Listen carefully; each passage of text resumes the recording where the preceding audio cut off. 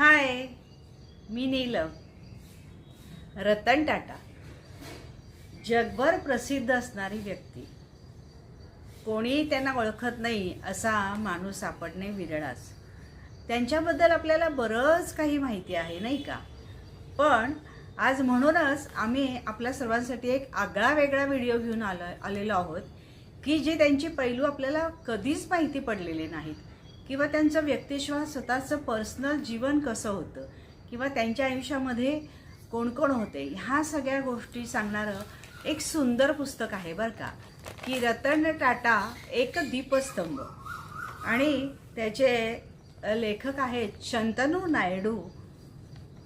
तर या पुस्तकामध्ये शंतनू त्यांच्याबरोबर असतो, हा यंग मुलगा, आणि रतन टाटा, आणि त्यांच्या दोघांचा एक समान धागा, म्हणजे दोघांना आवडणारं त्यांचं कुत्र किंवा ते प्राणीप्रिय.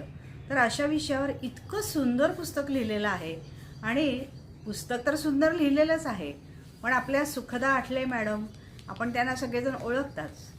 तर त्या पुस्तकाचं त्यांनी अभिवाचन नाही म्हणता येणार, पण त्यांनी त्या पुस्तकात त्यांना आवडलेलं किंवा त्या पुस्तकाचं सर्व काही सार आणि गाभा इतक्या सुंदर पद्धतीने सांगितलेला आहे की तो आपल्याला फारच आवडेल. तर म्हणूनच हा व्हिडिओ थोडा मोठा जरी झाला असला तरी अतिसुंदर आहे, की ज्यांना पुस्तक वाचणं शक्य नाही त्यांना या पुस्तकातून या व्हिडिओतून या पुस्तकाबद्दल सर्व सुंदर माहिती मिळेल. तर जरूर हा व्हिडिओ पूर्ण पहा, कमेंट करा, लाईक करा, शेअर करा, आणि अशाच वेगवेगळ्या व्हिडिओजसाठी नेहमी आमच्या चॅनलबरोबर रहा. धन्यवाद.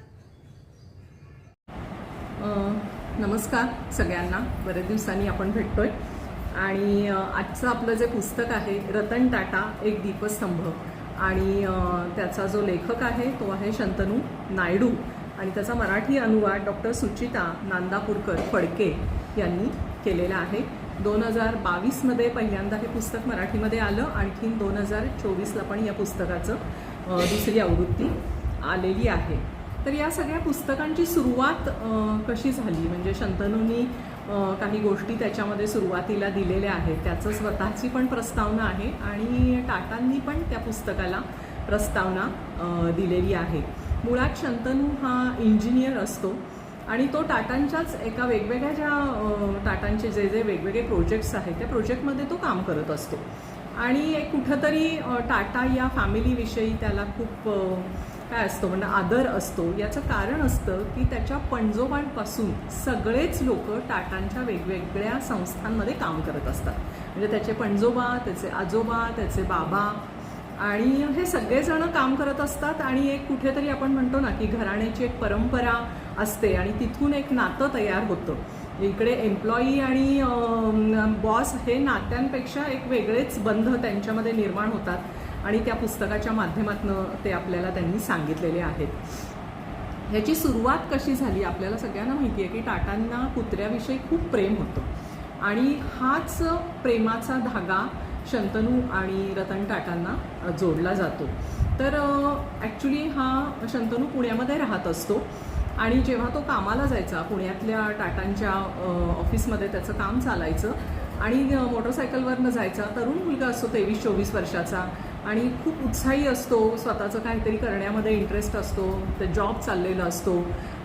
शिवाय परदेशी जाण्यासाठी MBAची तयारी करत असतो. असं सगळं वेगवेगळं जी तरुण मुलं आत्ताच्या ह्याच्यामध्ये करतात ते सगळं त्याच्या माध्यमातून तो करत असतो.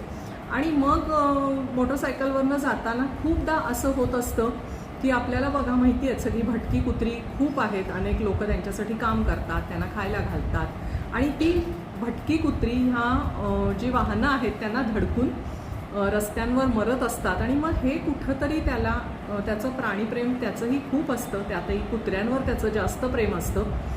आणि मग ते त्याला जाणवत असतं की अरे बरोबर नाही आहे, ही मरतायत, आणि ह्यांच्यासाठी काहीतरी आपण केलं पाहिजे, काय केलं पाहिजे असा विचार मनामध्ये आलेला असताना त्याच्यासारखेच अनेक तरुण तरुणी त्याचे मित्र मैत्रिणी असतात, आणि तो म्हणतो की आपण काय करता येईल, या जे काय होतंय ह्या कुत्र्यांना वाचवण्यासाठी आपल्याला काहीतरी केलं पाहिजे. खूप भटकी कुत्री आहेत आणि ते ॲक्सिडेंटमध्ये मरतात. म्हणजे लोकांना ॲक्सिडेंट होतो हा भाग आहेच, पण हे प्राणी पण विनाकारण मरतात, त्यांना ते कळत नाही, रस्त्यांवर येतात. काय करता येईल असं जेव्हा चर्चा सुरू होते तेव्हा मग ते जर कुत्रे आपल्याला दिसले, स्पेशली अंधारात ह्या सगळ्या गोष्टी होत असतात, तर दिसले तर आपल्याला तो ॲक्सिडेंट टाळता येईल का असा विचार सुरू होतो. आणि मग असं वाटतं की त्यांच्या गळ्यांमध्ये आपण रिफ्लेक्टर चे पट्टे घालूयात. पण मग आता घालणार कसं? शेवटी ही तरुण मुलं, त्यांच्या स्वतःकडे असे काही फार पैसे आहेत किंवा त्यांना कोणी काही फंड्स देतंय आणि त्या माध्यमातून हे काही काम चालतंय असा काहीच विषय तिथे नव्हता. पण मग तरुण मुलांना काही ना काहीतरी आयडिया सुचत असतात आणि त्यातून अचानकपणे असं लक्षात येतं की आपल्याकडे सगळ्यांकडे जीन्सच्या पॅन्ट्स असतात, तर ते जीन्सची पॅन्ट खराब झाली की काय करायचं त्याचं, तर आपण चक्क त्या जीन्सच्या पॅन्टचे पट्टे बनवूया. पण मग नुसते पट्टे बनवले तर ते तसं दिसणारच नाही आहे ना रात्रीच्या वेळेला. नुसतेच आपण पट्टे घालू शकतो, याच्या पलीकडे काय करणार? मग काय करता येईल? तर मग रात्री बघा आपण बऱ्याचदा जेव्हा जातो वाहनातनं ते रिफ्लेक्टर असतात की नाही, लाल रंग आपल्याला तो दिसतो ना रस्त्याच्या कडेला वगैरे, अनेक ठिकाणी आपण सगळ्यांनी बघितलेलं असेल. तर ती रिफ्लेक्टरची पट्टी जर त्या पट्ट्याला जोडली, म्हणजे त्या डेनिमचे पट्टे बनवायचे, त्याला ती पट्टी जोडायची आणि ती कुत्र्यांच्या गळ्यामध्ये घालायची, अशी एक अभिनव कल्पना या तरुणांच्या मनामध्ये येते आणि त्या पद्धतीने सगळेजण काम करायला लागतात. तरुण रक्त असतं आणि सगळ्यांनाच काहीतरी करण्याची इच्छा असते, कारण सगळेजण प्राणीप्रेमी असतात. आणि मग अशा पद्धतीने की जुन्या पॅन्ट्स गोळा होतात आणि काय काय गोळा होतात, मग हे सगळं करायला एका टेलरला गाठलं जातं. असं करून जवळपास 500 पट्टे तयार केले जातात. आणि मग आता सगळं झालं, पण ते घालायला तर पाहिजेत ना कुत्र्यांच्या ह्याच्यामध्ये, गळ्यांमध्ये. मग परत त्यांच्या मनामध्ये येतो की आपण एक ह्याचा मोठा इव्हेंटच करूया. मग त्या इव्हेंट काय करायचं, मग त्या वेगवेगळ्या मोटरसायकल्स असतात, सगळ्यांना माहिती आहेत, अनेक त्यांची नातवंड असतील ती मोटरसायकल आणि हे घेत असतात. तर यांना आपण आवाहन करूया आणि त्यांना सांगूयात की काहीतरी आपण इव्हेंट करू, तुम्ही मोटरसायकलच्या माध्यमातून लोकांपर्यंत पोहोचा. आणि असं मग साधारणतः त्या कुत्र्यांबरोबरची ह्यांची मैत्री पण असते, कारण त्यांना ते खाऊ घालणं आणि काय करणं, त्यामुळे ओळख असते. आणि कुत्र्याचं बघा की एखाद्या कुत्र्याला काही खाऊ घातलं की ते साधारणतः परत येतच, म्हणजे फार काय आपल्याला त्रास देत नाही, हा कुत्र्याचा गुण आहे. अशा माध्यमातनं अनेक लोकांना, अनेक मित्रांना आवाहन करून 500 कुत्र्यांना ते बेल्ट लावले जातात आणि मग त्याचा फायदा हळूहळू दिसायला लागतो. अनेक लोक पण म्हणतात की अरे ते रात्री आम्हाला कळतंय बरं का की कुत्रा आहे, रिफ्लेक्टर हे होतोय, चमकतोय, आणि त्यामुळे ते कुत्र्यांना लागण्याचं प्रमाण कमी व्हायला लागतं आणि यांना खूप आनंद होतो की अरे आपण जे काय करतोय ते त्याचा उपयोग होतोय आणि कुत्रे वाचतायत. हे सगळं करत असताना अचानकपणे त्याचे जे वडील जे टाटांच्याच एका कंपनीमध्ये काम करत असतात, मी मगाशी म्हटलं तसं सगळेच जण घरातले म्हणजे पणजोबांपासून सगळेजण काम करत असतात. तर मग वडिलांना असं अचानक वाटतं की अरे टाटांना म्हणजे रतन टाटांना खूप प्रेम आहे कुत्र्यांबद्दल, तर आपण हे तुझं जे काम आहे तर ते आपण त्यांच्यापर्यंत पोचवूयात का? खरं तर याला खूप आनंद होतो, पण काय आपण कुठे, रतन टाटा कुठे आणि कसं काय आपलं काम त्यांच्यापर्यंत पोचणार? तोपर्यंत थोडीशी प्रसिद्धी पण पेपरच्या माध्यमातून मिळते, मग ती काही कातरणं तो गोळा करतो. पण वडिलांनाच असा खूप उत्साह असतो. ही सगळी नायडू फॅमिली ही तेलुगू आहे, त्यामुळे तो वडिलांना नायना म्हणत असतो, म्हणजे वडील बाबा जे आहेत त्या अर्थाने. तर त्यांनाही असं वाटतं की आपल्या मुलाचं काहीतरी काम आहे आणि त्यालाही कुत्र्यांविषयी प्रेम आहे, टाटांना कुत्र्यांविषयी प्रेम आहे, तर हे जो काय वेगळं करतोय तर ते त्यांच्यापर्यंत जावं. बरं, हा सगळा प्रवास काही सोपा नसतो, कारण असं मला वाटलं, मनात आलं म्हणून तिथंपर्यंत मी पोचलो, कारण इतके वेगवेगळे टप्पे. बरं, इतकी मोठी व्यक्ती, एवढ्या मोठ्या ट्रस्टची ती हेड आहे, तिच्यापर्यंत हे असं म्हटलं तर मामुलीच काम आहे ते सगळं पोचणं. पण मी म्हटलं ना की एक शक्ती आपल्याकडे, अगम्य शक्ती, इच्छाशक्ती आपण ज्याला म्हणतो, तर ती असतेच प्रत्येकांमध्ये आणि त्यात या तरुणामध्ये तर ती होतीच.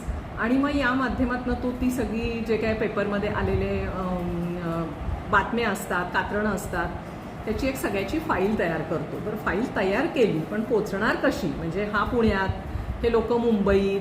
बरं, एवढंसं काहीतरी कुत्र्याचं काम करतो आणि कुत्र्याचं प्रेम आहे एकमेकांना, या एवढ्या ह्याच्यावरती कोण टाटांना भेटू देईल ना? म्हणजे अशा पण शंका मनामध्ये कुठेतरी असतात. पण नाही, आपण प्रयत्न करायचा. आणि मग वडिलांना बरीच वर्ष काम करत असल्यामुळे असा एक त्यांच्या लक्षात आलं की त्यांच्या टीममध्ये एक जे वकील आहेत ते हे काम करू शकतात आणि त्या वकिलांच्या मार्फत ती आपण फाईल त्यांच्यापर्यंत पोचवू शकते. मोठा तो टप्पा आहे, पण फायनली ती फाईल तिथंपर्यंत त्यांच्या पोचते. पण त्यांच्या ऑफिसमध्ये 3 हे असतात, स्त्रिया असतात. ते बरंचसं त्यांचं काम हँडल करत असतात. त्यातल्या एकीचं नाव आहे परवेज, दीप्ती आणि डेनिस, अशा 3 जणी असतात. त्यांचा नंतर बऱ्याचदा उल्लेख या पुस्तकामध्ये येतो. आणि मग योग्य व्यक्तीपर्यंत, म्हणजे परत ती फाईल त्यांच्या टेबलपर्यंत जाणं, त्यांनी ती बघणं, अशा बऱ्याच गोष्टी असतात. म्हणजे दिली फाईल झालं असं काही नसतं. आणि मग ते तिथंपर्यंत जातं आणि याला असं वाटतच नसतं की काय आपल्याला बोलवतील नाही, काय माहिती नाही आहे. पण फाईल पोचली आहे इथपर्यंत तरी गोष्टी कळलेल्या असतात. आणि एक दिवस मधल्या काळामध्ये त्याचा तो अभ्यास चाललेला असतो, कारण त्याला MBA करायचं असतं, म्हणून ते पण सगळे क्लासेस वगैरे सुरू असतात. हे छोटं काम चाललेलं असतं. आणि अचानक एक दिवस त्यांच्या ऑफिसमधनं मेल येतो की रतन टाटा सरांना की तुम्हाला भेटायचं आहे. तर मग ह्याला आता काय करू आणि काय नको. आणि घरातले तर इतके खुश होतात की कधी त्यांनी पाहिलेलं पण नसतं. म्हणजे कंपनीमध्ये पणजोबांपासून काम करतायत, पण टाटांना भेटायचा काही तसा काहीच प्रश्न नाही ना, की असं काय अगदी टॉप लेवलचे ते कुणी नसतात की त्यांनी जाऊन आवर्जून त्यांना भेटावं किंवा काही गोष्टी कराव्यात. तर मग घरामध्ये आजी, आई आणि ते जे कोणी असतात त्यांना की प्रचंड आनंद होतो की अरे आपल्या पोराला मेल आला आणि त्याला भेटायला बोलवलं आहे. वडील पण खूप खुश होतात आणि मग सगळी तयारी करतात की कुठला शर्ट घालायचा, काय करायचं, मुंबईत जाऊन कुठे राहायचं. कारण हे लोक सगळे पुण्यात असतात आणि खरं तर खूप सामान्य फॅमिलीतले असतात. म्हणजे यांच्यासाठीचा तो मान आणि बोलवलंय एखाद्या छोट्या आपल्या 23-24 वर्षाच्या मुलासाठी, तर हा खूप आनंद वेगळा असतो. आणि कुठंतरी एक दडपण पण असतं की अरे आता हा काय बोलणार, काय करणार, पण बोलवलंय असं. आणि त्याचा एक मित्र असतो. असे दोघांनी जायचं आणि वडील त्यांना घेऊन जातात, कारण काहीच माहिती नसतं मुंबईतलं. मग आदल्या दिवशी हॉटेलमध्ये जाऊन राहतात. मग वडील त्यातल्या त्यात सगळी माहिती देतात की कसं करायचं, काय जायचं, कुठं, जे त्यांना माहिती आहे ऑफिसचं थोड्याशा अनुभवांनी. असं सगळं त्यांचं चाललेलं असतं. आणि दुसऱ्या दिवशी अगदी वडील म्हणजे त्याच्यासाठी ह्यांनी शर्ट पण नवीन घेतलेला असतो की जरा आपण व्यवस्थित दिसले पाहिजे. मग अगदी पांढरा शर्ट आणि हे ते असं अगदी म्हणजे प्रेझेंटेशन द्यायचं तर आपण चांगलं देऊ वगैरे, असं ते सगळं छोट्या गोष्टी त्यांच्या डोक्यात असतात आणि त्या पद्धतीने भेटायचं असं ते सगळं ठरतं. वडील तर इतके उत्साही असतात की दुसऱ्या दिवशी अगदी पोराच्या शर्टला इस्त्री पण करतात की चला की चांगलं काहीतरी होतंय आणि आपला मुलगा टाटांच्यापर्यंत जातोय. आणि मग कुठंतरी एक दडपण असतं, उत्सुकता असते आणि काय बोलायचं असं पण असतं. आणि वडिलांचा याच्यामध्ये काही रोल नसतो. तो आणि त्याचा मित्र हे दोघंच जण खरं तर तिथे जाणार असतात. मग तिथे जातात, त्यांना ऑफिसच्या बाहेर बसवलं जातं. आतून काहीतरी हालचाल होतीये असं लक्षात यायला लागतं. आणि मग रतन टाटांकडनं त्यांना बोलावणं येतं. मग ती खरं तर खूप घाबरलेली पण असतात, पण चला आता एकदाचं फायनली आपल्याला बोलवणं आलेलं आहे. मग दोघं जणं बसतात. मग त्यांच्या त्या संस्थेविषयी सांगतात, ज्या संस्थेनी ती सुरुवात केलेली असते. त्या संस्थेचं नाव आहे मोटोपॉज. खरं तर त्यांच्या नंतर लक्षात आलं ते मोटार म्हणजे गाड्यांमुळं धक्के लागतात आणि पॉज म्हणजे पंजा, या अर्थानं ते मोटोपॉज असं त्याचं ते नामकरण करतात त्यांच्या त्या संस्थेचं.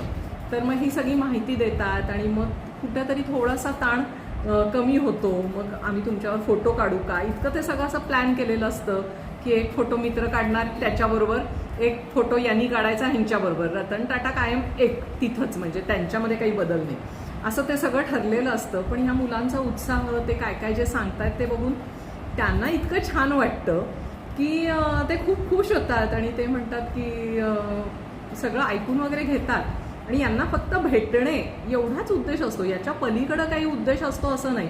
आणि ते अचानक विचारतात मग मी काय करू तुमच्यासाठी. मग तुमच्याकडे काही उत्तरच नाही ना, मी काय करू म्हणजे काय उत्तर देणार. म्हणजे त्यांना असं वाटतं की खूपदा लोक काही आम्हाला फंड्स द्या, आम्हाला काहीतरी मदत करा, याच माध्यमातून या सगळ्या मोठ्या लोकांपर्यंत खरं तर पोचत असतात.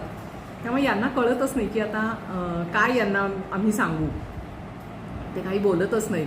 मग त्यांना पण गंमत वाटते आणि मग ते म्हणतात की माझ्या घरी पण 2 कुत्रे आहेत आणि मलाही कुत्री खूप आवडतात, तर माझ्या घरी येता का तुम्ही? मग ते काय बोलायचंच काम नाही. आणि मग इतकी मजा होते की मग त्यांना आता काय हो बोलायचं का नाही असं, पण मग ते जातात पोरं. शेवटी ती तरुण मुलंच असतात, उत्साहाने त्यांच्या घरी बिरी जातात, त्यांच्याकडे त्यांचा अगदी छान हे होतो, चांगला व्यवस्थित आदर सत्कार होतो, त्यांना खानपान सगळं व्यवस्थित होतं आणि मग एकदम खुश.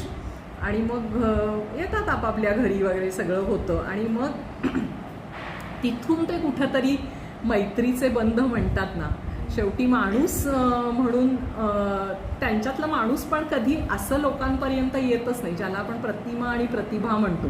आणि एवढं मोठं नाव, एवढा मोठं ती सगळी संस्था, इतकी जुनी, आणि त्या ह्यांचे हे अध्यक्ष किंवा इतके टॉप लेव्हलचे सगळे असतात. आणि एखाद्या 23-24 वर्षाच्या तरुणांबरोबरचं त्यांचं जे काय रिलेशन आहे ते इतकं असं ते छान ओघवतं असं ते सुरू त्यांनी दाखवलेलं आहे. 2016 ती खऱ्या अर्थानं पहिल्यांदा भेट होते. असं सगळं चाललेलं असतं. आणि मग तोपर्यंत मी मगाशी म्हटलं तसं त्यांची ती MBAची परीक्षा आणि हे ते सगळं सुरू असतं. मग त्याची थोडी भीड चेपायला लागते की अरे मग मी तुम्हाला मेल करू का, मी तुमच्याशी बोलू का, असं ते सगळं सुरू व्हायला लागतं. आणि ते पण म्हणतात हो मित्रा तू माझ्याशी बोल, तू मला मेल कर, तुझं काम सांग. म्हणजे असं ते एक नातं तयार व्हायला लागतं. आणि कधी कधी त्याला असं वाटतं की हे जरा जास्तच आपण आगाऊपणा करतोय, पण पर्याय नसतो. म्हणजे कुठंतरी एक मित्र, मार्गदर्शक, गुरु अशा अर्थानं तो त्यांना बघत असतो. आणि त्यांनाही तो एक छान मुलगा भेटतो. असं ते सगळा त्यांचा तो प्रवास सुरू होतो. आणि मग त्याचा त्या एंट्रन्स एक्झामचा रिझल्ट लागतो. त्याला काही अपेक्षित मार्क पडत नाही. परत वडील म्हणतात तू प्रयत्न कर. आणि मग एक चांगले मार्क वगैरे पडतात. आणि मग हॉवर्ड किंवा कार्नेल युनिव्हर्सिटी जी अमेरिकेमध्ये आहे इथं कुठेतरी आपण जायचं असं त्याच्या मनामध्ये असतं. आणि मग दुसरं एक तोपर्यंत टाटांविषयी खूप सारी माहिती गोळा केलेली असते. ते काय कुठे शिकले आहेत, काय झालं आहे त्यांचं, असं तसं. मग एक नकळत आदर, प्रेम असं सगळं तयार होत असतं. तर मग त्याच्या लक्षात आलं की हे लोक पण कार्नेलमध्ये शिकलेत, तर मग आपल्याला मिळेल का तिथं किंवा काय. मग त्याला ते हळूहळू भीड चेपत जाते. आणि तो म्हणतो की तुम्ही मला एखादं लेटर द्याल का. मग पहिल्यांदा ते हॉवर्डचं त्याचं हे असतं काय बरं इंटरव्ह्यू असतो एंट्रन्ससाठीचा. तर मग तो इतका छोटा असतो, म्हणजे हा मुलगा की असं काही MBA वगैरे करायला जाणार आहे असं वाटतही नाही.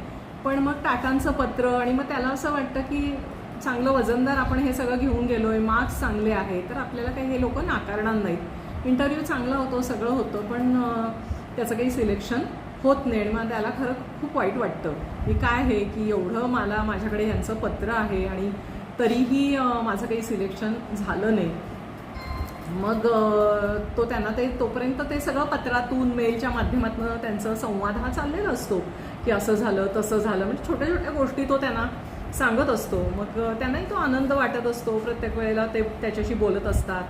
हे सगळं करत असताना मग ते म्हणतात अरे तू काही हरू नकोस, असं काही नाही आहे की तू कार्नेलमध्ये पण हे करू शकतोस, ॲडमिशन घेऊ शकतोस, आणि ते पण चांगलं आहे कॉलेज.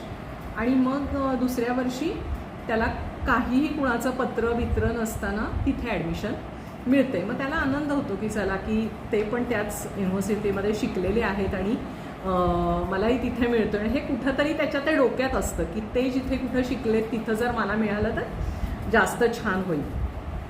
आणि मग तो जायचा दिवस होतो. तोपर्यंत तो नोकरी तर करतच असतो, स्कॉलरशिप वगैरे काय फार मिळालेली नसते, पण मग जायचं तर जिद्दीने जायचं. आणि मग कुठंतरी असं मनामध्ये सगळ्या गोष्टी सुरू होतात की मग तिथंच जाऊन जॉब करायचा का, अमेरिकेत जॉब केला तर आपल्याला पैसे पण मिळतील, शिक्षणासाठी जे काय आपण थोडंसं कर्ज घेतलं आहे ते पण आपलं फिटेल, अशा सगळ्या गोष्टी मनामध्ये सुरू असतात. मग त्यांना तो एकदा परत मेल करतो की मला जायच्या आधी तुम्हाला भेटायचं आहे. तर मग ते म्हणतात की ठीक आहे ये म्हणतात. आणि मग भेटायचं ठरवतो सगळं. तर ते त्याला चक्क ताजमध्ये पार्टीज देतात आणि जातात त्याला घेऊन वगैरे, आणि त्यांच्या घरी पण त्याला बोलवतात, सगळं होतं आणि पार्टी देतात त्याला म्हणजे खायला आणि हे ते. मग तो इतका असं पहिल्यांदा कळतच नाही की आता काय करू, म्हणजे खाऊ का नको आणि मग काय बोलू. म्हणजे त्याला असं खूप खूप बोलायचं असतं खरं तर, पण तो बोलू पण शकत नाही. म्हणजे आता असा थोडासा दडपण पण आहे आणि थोडी आता कसं बोलू काय. मग ते त्याला सगळं सांगतात की अरे तू तरुण आहेस, सगळं तुझं छान होईल असं तसं. आणि मग म्हणतो की 2 वर्षाचा कोर्स आहे, तुम्ही माझ्या ग्रॅज्युएशनला याल का, असं आपलं विचारतो. तर ते म्हणाले मी प्रयत्न करतो. काही आत्ता मी तुला सांगत नाही 2 वर्षांपूर्वी, कारण तिथे खूप त्यावेळेला एकतर पाऊस पण असू शकतो किंवा खूप ऊन असतं आणि हे मी आत्ता तुला काही सांगू नाही शकत, पण मी प्रयत्न करतो, असं त्यांचं सगळं बोलणं होतं. आणि तोपर्यंत दोघांच्यातले बंध इतके छान तयार होत असतात. म्हणजे तो अक्षरशः त्यांच्याकडे मित्र तर आहेच, पण मग एक वडिलांची फिगर आहे की काय, असं बघतो की काय, असं ते थोडेसे ते संवाद आणि ह्या सगळ्या गोष्टी त्यातनं आपल्याला दिसतात. आणि मग अचानक म्हणतो मी तुम्हाला मिठी मारू का, आणि मग तो त्यांना अशी घट्ट मिठी मारतो आणि ते इतके खुश होतात, इतके खुश होतात. आणि मग त्या दोघांच्यातलं ते नातं आणखी घट्ट व्हायला लागतं. आणि मग तो जातो. जाताना खूप वाईट वाटत असतं, कारण परदेशात कुणी आधी गेलेलं नसतं. मग ते आई वडील खूप सगळे काळजी घेतात आणि एकदाचं तो त्या युनिव्हर्सिटीमध्ये पोचतो तर एकटाच, कोणी नाही. ती अंधारी अमेरिकेतली सगळं ते दिवस, थंडी खूप असते, पण तरीही त्याची ती 2 वर्ष कशा कशा पद्धतीने तो तिथे घालवतो ते पुस्तकात खूप छान लिहिलेलं आहे. आणि तिथंसुद्धा त्याचं ते प्राणीप्रेम काही कमी होत नाही. तर तिथे त्याला असं वाटत राहतं की आपण इथे काहीतरी करायला पाहिजे. मग कोण काय करणार, फारशा ओळखी नसतात. आणि मग काहीतरी बघता बघता आणि कुणीतरी सांगतं की इथं काय प्राणी वगैरे तुला पाळू देणार नाहीत, युनिव्हर्सिटीचे रूल खूप कडक आहेत आणि तू असं कसं करणार, तुझ्या रूममध्ये तर हे सगळं काहीच करता येणार नाही. पण त्याची इतकी इच्छा असते की काहीतरी करूयात, आणि कुठून तरी त्याला एका फॅमिलीचा फोन नंबर मिळतो. आणि मधल्या काळामध्ये त्यानं चक्क तिथं मोटरसायकल घेतलेली असते, कारण भारतात त्याला मोटरसायकल चालवायची खूप सवय असते. आणि मग अमेरिकेत असं मोटरसायकल बघा, मुलं पहिले गेले तर गाडी घेणार, मोटरसायकल कोण घेणार, ती सुद्धा महाग पण असते. पण त्याला तर इतकं प्रेम असतं की मोटरसायकलच घेऊयात. आणि मोटरसायकल तो घेतो. तिथं सगळेजण त्याला खरं तर वेड्यात काढतात, अरे काय ती मोटरसायकल घेतली आहे, ॲक्सिडेंट होतात, लोक मरतात आणि तुला कसं कळतच नाही, तू कसं काय हे करतोस. तो म्हणतो की नाही, मला त्याची सवय, मी ते करतो. आणि मग एका कुटुंबाशी त्याची ओळख होते आणि त्यांना मेलवर त्यांच्या इथली काही कुत्र्याचं पिल्लू द्यायचं असतं. तो शोधत जातो. रात्री त्यांच्या घरी पोचतो आणि त्यांच्या इथलं एक छोटंसं कुत्र्याचं पिल्लू घेऊन येतो. ते इतकं छोटंसं पिल्लू असतं, त्याचं नाव तो विंटर ठेवतो. आणि मग हे सगळं तो टाटांना कळवत असतो प्रत्येक वेळेला, असं झालं तसं झालं, मी इकडे गेलो तिकडं गेलो, प्रत्येक वेळेला. आणि मग खूप काय म्हणजे भरभरून मेल ह्यांनी जरी लिहिल्या तरी त्यांच्याकडनं उत्तरं छोटी छोटीच यायची, पण तो त्याच्यासाठी ते आनंदाचा क्षण असतो की चला मला काहीतरी उत्तर येतंय ना, तर हे माझ्यासाठी महत्त्वाचं आहे. त्यामुळं सगळ्या लहान लहान गोष्टी, म्हणजे जसं आपण आपल्या आईवडिलांना सांगू किंवा आपल्या अगदी जवळच्या व्यक्तीला सांगू, असा तो त्याचा प्रवास सगळा प्रत्येक वेळेला तिथे दाखवलेला आहे. मग ते कुत्र्याच्या पिल्लाला तो घेऊन येतो, त्याला वाढवतो, असं सगळं ते चाललेलं असतं. आणि मग हळूहळू तिथे एक प्राणीप्रेमी लोकांचा तिथे पण एक त्याचा ग्रुप तयार होतो. म्हणजे मूळ त्याचं जे भारतात सगळ्यांना प्राणीप्रेमींना घेऊन एकत्र काहीतरी करू असं जे असतं, तेच आता तिथे पण सुरू होतं.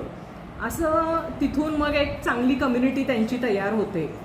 आणि एकदा त्याला मेल येतो की मी येतोय आणि आपण भेटूयात टाटांचा. त्याला प्रचंड आनंद होतो की त्याला अनपेक्षित असतं हे सगळं.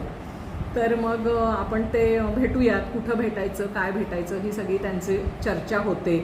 मग ते काय त्याच्या गावाला येणार नसतात त्यावेळेला, पण दुसऱ्या ठिकाणी आपण भेटूयात वगैरे. मग तो तिथे आदल्या दिवशी रात्री पोचतो. मग दोघंजणं भेटतात. मग ते सगळी गप्पा आणि काय कसं वगैरे सगळं असं उत्साहानं सांगितलं जातं. बरेच दिवसात असं कुणी आपलं त्याला भेटलेलं नसतं, त्यामुळे मग ते सगळ्या गोष्टी त्याच्या सांगणं आणि असं तसं उत्साह सगळा चाललेला असतो. मग ते म्हणतात की चल आपण जरा चक्कर मारूया. असं करून रस्त्यावरनं न्यूयॉर्कच्या फिरत असतात. मग त्यांच्या कुत्र्यांसाठी काहीतरी खेळणीच घेतात. म्हणजे हे जे काही रूप आहे ना, हे आपण कधी ऐकलेलं पण नाही आहे आणि कधी असा प्रश्नच येत नाही हे सगळं. तर पण त्याच्या माध्यमातनं टाटांचं जे रूप आहे ना ते या पुस्तकात इतकं छान दिलेलं आहे. म्हणजे किती वेगळा तो सगळा अनुभव आणि तो जसाचा तसा त्यानं याच्यामध्ये लिहिलेला आहे.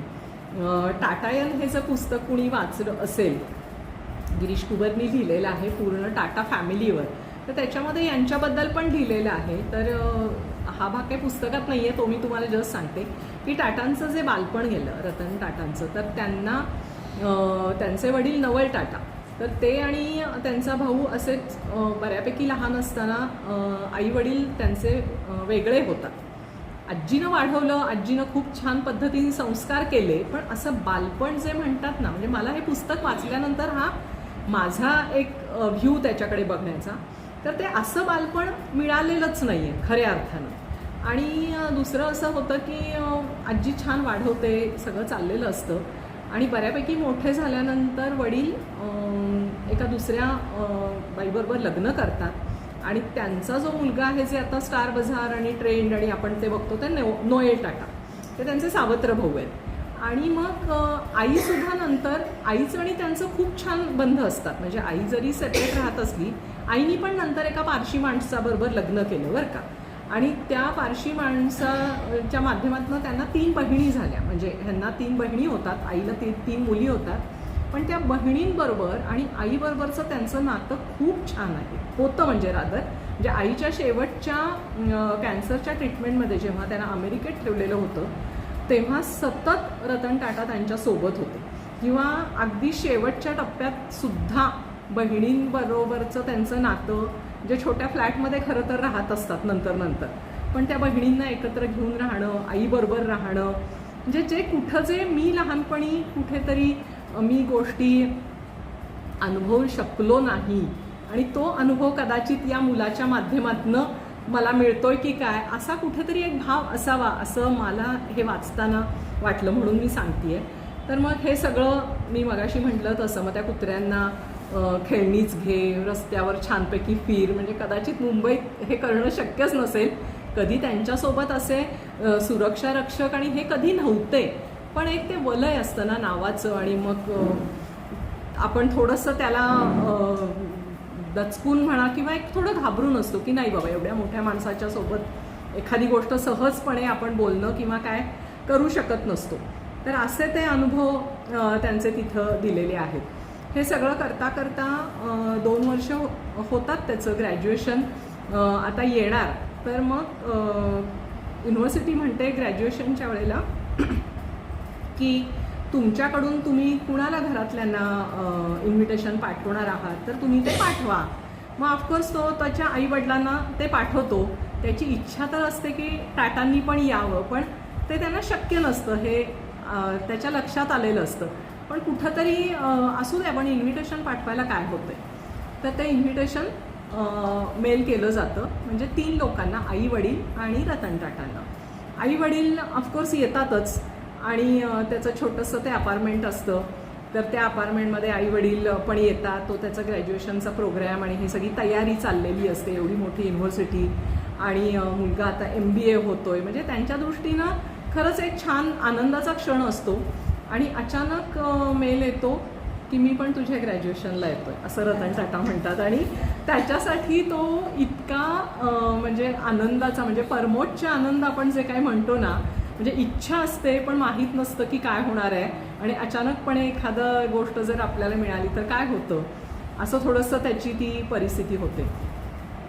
फक्त ते म्हणतात की मी कार्यक्रमाच्या दिवशी नाही आहे कारण खूप गर्दी असते, तर मी तुला आदल्या दिवशी येऊन भेटेन आणि आपण भेटूया आणि मी तुझ्या घरीच येईन वगैरे असं म्हटल्यानंतर मग जी पळापळ सुरू होते घरातल्यांची.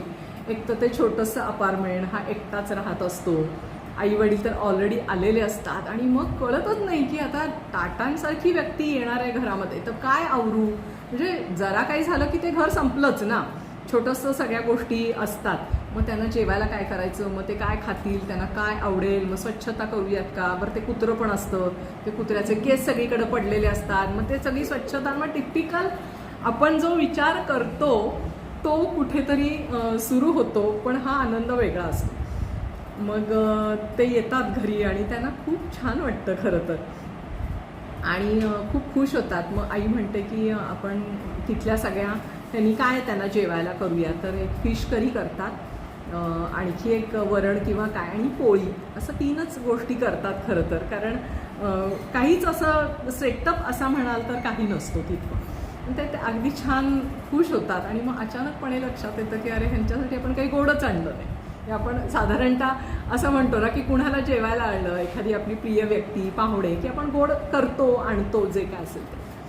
तर मग आई इतकी हुशार असते, तर आई म्हणते मी भारतातनं आमरस आणलाय, तर चल मी आमरसाचा डब्बा काढते. तर मग ठीक आहे. आणि मग ते छान आमरस खातात, इतके खुश होतात सगळेजण. आणि तो असं म्हणतो की खरं ग्रॅज्युएशनची पार्टी किंवा खरं ग्रॅज्युएशन हे माझं घरातच झालं. मग त्यांच्यासोबत फोटो काढले जातात. म्हणजे युनिव्हर्सिटीच्या त्या प्रांगणात होणं आणि माझं घरामध्ये रतन टाटांच्या बरोबर जे काही इथे ज्या काही समारंभ होतोय हा माझ्यासाठी खूप मोठा आहे असं तो म्हणतो. आणि ते फोटो आणि तो क्षण हाच माझ्यासाठी खरं तर खऱ्या अर्थानं ग्रॅज्युएशन आहे असं त्याला वाटतं. आणि मग ते बाहेर पडतात, सगळं होतं. आणि तेव्हा त्यांना कळतं की आपल्या म्हणजे यांच्या फॅमिलीतल्या इतक्या लोकांनी माझ्या ऑफिससाठी किंवा माझ्या संस्थेसाठी काम केलेलं आहे. म्हणजे जवळपास 5 पिढ्या ते टाटांमध्येच काम करत असतात. आणि मग त्यांना असं लक्षात येतं की ते म्हणतात की यातलं मला कधीच कुणी भेटलं नाही.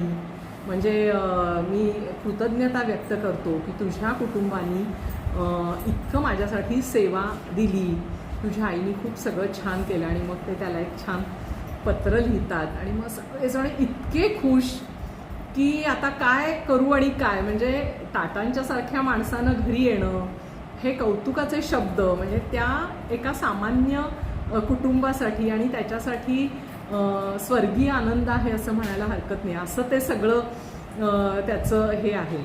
आणि मग हे सगळा टप्पा होतो आणि भारतात यायचा निर्णय त्यानं कधीच घेतलेला असतो. तर तो म्हणतो की काही झालं तरी मला टाटा ट्रस्टसाठीच काम करायचं आहे. मग हे त्यांनी पूर्वी पण सांगितलेलं असतं. तेव्हा त्याला ते असं म्हणतात की अरे असा विचार तू आत्तापासून करू नकोस, तू तर तरुण आहेस, तुला जर अमेरिकेत चांगली नोकरी मिळाली तर तू तिथेही करू शकतोस. तर तो म्हणतो नाही, मी काही झालं तरी टाटा ट्रस्टसाठीच भारतात येऊन काम करणार, असं हे खूप आधी त्यांचं बोलणं झालेलं असतं. आणि शेवटी तो ते ठरवतो. त्यातला अजून एक भाग म्हणजे सगळ्यांना आपल्याला माहिती आहे की इंटर्नशिप करावी लागते वेगवेगळ्या कंपन्यांमध्ये, जरी तुम्ही शिकत असला. तो एक त्यांचा आपला कामाचा भाग असतो. तर यामध्ये इतकं त्या मुलाचं भाग्य आहे, मला ते वाचताना कायम असं जाणवत राहिलं की टाटांनी कंपन्यांचं रेकमेंडेशन केलं की हे तू कर, हे तू कर, इथे तू जाऊ शकतोस, इथे तुला करता येईल. हा केवढा मान आहे. म्हणजे एखाद्या 23-24 वर्षाच्या तरुणासाठी एवढ्या मोठ्या माणसानी हे सगळं काही असं प्लॅन करणं म्हणा किंवा त्याच्यासाठी अगदी जीव तोडून गोष्टी करणं असंही म्हणायला हरकत नाही. असं ते प्रत्येक त्यांच्या त्या भेटींमध्ये आणि हे सगळं जाणवत राहतं. मग तो भारतात येतो आणि मग तो म्हणतो त्याप्रमाणे ते टाटा ट्रस्टमध्ये त्याचं काम आणि हे सगळं सुरू करायचं असं ते ठरवतात. मग त्याला अर्थात मुंबईत शिफ्ट व्हायचं असतं. मग ते म्हणतात की तू साऊथ मुंबईतच राहा, तिथे तुला अपार्टमेंट आणि ह्या सगळ्या गोष्टी व्यवस्थित मिळतील. आणि मग मुंबईची शान असलेल्या त्या अशा साऊथ मुंबईमध्ये राहणं ते त्याच्यासाठी थोडं खर्चिकही असतं. पण तो म्हणतो की नाही, हा माझ्यासाठी मोठा मान आहे आणि मी ते करेन. मग छोटंसं घर मिळवतो तो. मग त्या घराचं सगळं काम करणं, कारण थोडासा वेळ असतो ॲक्च्युली काम सुरू करण्यासाठी, म्हणजे नोकरी सुरू करण्यासाठी टाटा ट्रस्टमधली. तर त्यांचे वेगवेगळे इतके उपक्रम आहेत टाटामधले. तर तिथल्या एका प्राण्यांच्या दवाखान्याचं पण काम, कारण हा प्राणीप्रेमी आहे, कुत्र्यांविषयी याला इतकं प्रेम आहे, तर ते पण तू काम कर, असं ते सगळं साधारणतः ठरलेलं असतं. थोडा वेळ आहे म्हणून त्याला तो फिरत असतो, त्या सगळ्या तिथल्या साऊथ मुंबईतल्या सगळ्या गोष्टींचा आनंद घेत असतो. असं सगळं चाललेलं असताना आता काम सुरू करायचं ऑफिसमध्ये जाऊन. आणि एक दिवस रतन टाटांचा त्याला फोन येतो की मला तुला एक गोष्ट सांगायची आहे. तर तो म्हणतो आता काय सांगणार आहे, असं थोडंसं एक दडपण की तू ते सगळं टाटा ट्रस्टसाठी काम करणार आहेस, असं तसं सगळं होतं. आणि मग ते त्याला सांगतात, खरं तर माझा एक सहकारी आत्ता माझ्याबरोबर नाही आहे आणि तू असं का करत नाहीस, तू माझ्यासाठीच काम कर. की जे त्याच्यासाठी इतकं धक्कादायक असतं की म्हणजे त्यांच्यासोबत 24 तास म्हणजे ॲज गुड ॲज त्यांचा फुल असिस्टंट की जे त्याला म्हणजे अपेक्षितच नसतं. तो म्हणतो मला कळतच नाही की काय करायचं, पण नाही म्हणण्याचा काही प्रश्नच नसतो. आणि मग तो एक वेगळा प्रवास त्याच्यासोबत सुरू होतो. मग एकीकडं ते जे काही फंड्स देत असतात, वेगवेगळ्या संस्था त्यांच्याबरोबर काम करत असतात, तर त्यांचा अगदी पर्सनल सेक्रेटरी असं म्हणता येणार नाही, पण खूप जवळचा माणूस. पण त्यांनी सगळे जे काही गोष्टी तो सांगतोय, बघतोय, ते सगळं टाटा स्वतः डोळ्यांनी बघून त्याच्यावर निर्णय घ्यायचे. म्हणजे त्याचा निर्णय हा कुठेतरी मान्य केला जायचा किंवा त्याच्यावरती फारसे प्रश्न विचारले जायचे नाहीत. या लेव्हलला त्या मुलाला ते 27व्या वर्षी आणून ठेवतात. म्हणजे केवढा मान दिला असेल आणि ते त्याला खरं तर अपेक्षित नसतं. आणि मग तो प्रवास पण असा इंटरेस्टिंग दाखवलेलाच आहे, त्यात काही प्रश्नच नाही. आणि मग कधी कधी त्याला असं पण वाटायला लागतं की अरे बापरे, हे झालंय सगळं चांगलं, पण ते बॉस आहेत आणि मी त्यांचा हे आहे, सहकारी आहे. इव्हन सगळ्यांना ओळख करून देताना हा माझा सहकारी, म्हणजे खरं तर माझा ज्युनियर, माझा कोण असं त्यांना करता पण आलं असतं, पण ते काही कधीच केलं नाही. माझा सहकारी म्हणून प्रत्येक वेळेला त्याची ओळख करून दिली. आणि मग खूप छोट्या छोट्या गोष्टी तो त्यांच्याबरोबर शिकला की लोकांशी बोलायचं कसं असतं, त्यांच्याशी एखादी प्रोजेक्ट आला तर तो प्रोजेक्ट बघायचा कसा, त्याला जर फंडिंग करायचं असेल तर त्याच्यामध्ये काय काय गोष्टी बघितल्या पाहिजे, काय लिहिलं पाहिजे, जेणेकरून टाटा म्हणजे ट्रस्ट आणि ट्रस्ट म्हणजे टाटा, असं इतकं कॉम्बिनेशन असताना किती डोळ्यात तेल घालून एखादी गोष्ट तुम्हाला पाहावी लागते. आणि हे सगळं करत असताना तो शिकत पण जातो. अनेक आव्हानं असतात, कधी कधी आजारी पडतो, कधी कधी चिडचिड होते, शेवटी तरुणच मुलगा आहे. मग त्याच्यामध्ये काही त्याचं एक प्रेम प्रकरण आहे. एकदा तो ह्यांना खोटं सांगून तिला भेटायला जातो, मग त्याची चेष्टा करत असतात ते, आज काय असा का शर्ट घातला, असे का केस केले, आज काय आणि काय केलं. म्हणजे ती अशी गंमतही दोघांच्यात खूप चाललेली असते. आणि ते म्हणजे अक्षरशः आपला छोटा मित्र किंवा आपला मुलगा म्हणा किंवा काही असं एखाद्या तरुण मुलाच्या बाबतीत समजा एखाद्या काकानं मामानं जर चेष्टा कशी केली असेल, काय रे तू मला न सांगताच कसा गेलास, माझ्या घराचं कुलूप तुला किल्लीत देऊन जातो, कुणाला भेटायला चाललायस, असं जे काही चेष्टा मस्करीपासून अनंत गोष्टी त्यांच्या त्या सगळ्या सहवासातून होत असतात. आणि मग मध्ये मध्ये असं व्हायला लागतं की त्याला थोडंसं काय होतं की आधीचं माझं आयुष्य बरं होतं, की मी त्यांना मेल करत होतो, ते मला भेटत होते, काही ना काहीतरी आमच्या गप्पा होत होत्या. आता असं झालं की कामाचा रेटा पण फार वाढला आणि काम करायचं का ह्यांच्याबरोबरचे माझे वैयक्तिक जे रिलेशन आहेत ते, अशी एक चिडचिड पण तरुण मुलगा असल्यामुळं होत राहते. असं पण ते थोडंसं दाखवलेलं आहे. म्हणजे त्याला जे काय त्याच्या ज्या भावना सगळ्या बदलत राहतात की ते आधीसारखे मला तितके मिळत नाहीत, किंवा आधी माझं आणि त्यांचं एक छान बॉन्डिंग होतं तसं आत्ता होत नाही, असं पण एका मधल्या काळामध्ये त्यांच्याबद्दल त्याला वाटायला लागतं. हे सगळं असलं तरी हा जो सगळा प्रवास आहे ना तो खूप इंटरेस्टिंग घेतलेला आहे. किंवा त्यांचे संवाद जे आहेत ना दोघांचे, तर अतिशय छान त्यातलं सगळं त्यांनी ते घेतलेलं आहे. आणि मग करोना येतो आणि मग सगळेच जण घरात, मग हळूहळू ऑफिस सगळं घरातच, आणि शेवटच्या टप्प्यात तर ते दोघं जण एकत्रच राहत असतात.